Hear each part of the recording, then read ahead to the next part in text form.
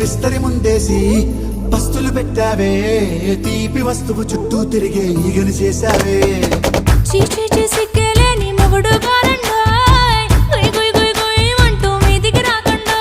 Why గంపెడి పిల్లలతో ఇంటిని నింపావే, సాపాదిండు సంసారాన్ని మేడెక్కించావే. ఇరుగు పొరుగు ముందు సరసాలు